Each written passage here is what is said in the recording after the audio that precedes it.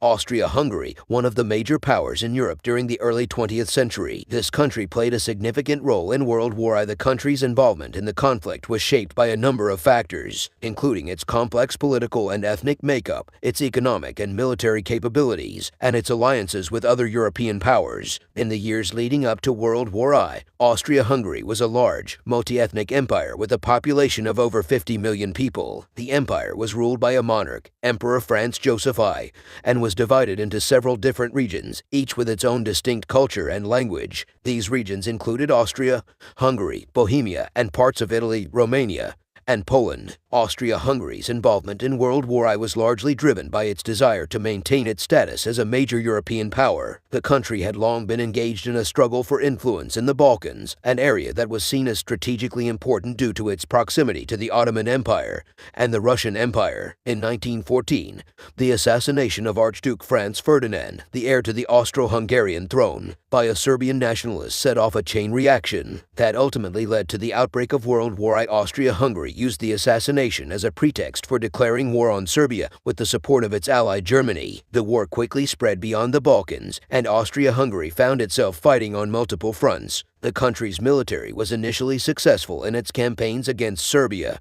and Russia, but it soon became clear that Austria-Hungary was ill-prepared for a prolonged conflict. One of the major challenges faced by Austria-Hungary during the war was its economic and industrial weakness. The country's economy was largely agrarian, and its industrial capabilities were limited compared to other major European powers such as Germany and Britain. This made it difficult for Austria-Hungary to keep up with the demands of a modern war and led to significant shortages of food and other essential supplies. Austria-Hungary's military capabilities were also limited, particularly in comparison to its more powerful ally Germany. The country's army was made up of soldiers from a variety of different ethnic groups, which made communication and coordination difficult. Additionally, the army was often poorly supplied and lacked the modern equipment and technology that were crucial to success on the battlefield. As the war dragged on, Austria-Hungary's weaknesses became more pronounced. The country suffered a number of military defeats, including a significant loss to Italy at the Battle of Caporetto in 1917. Austria-Hungary's economic situation also deteriorated, with hyperinflation and food shortages becoming increasingly severe. In the final years of the war,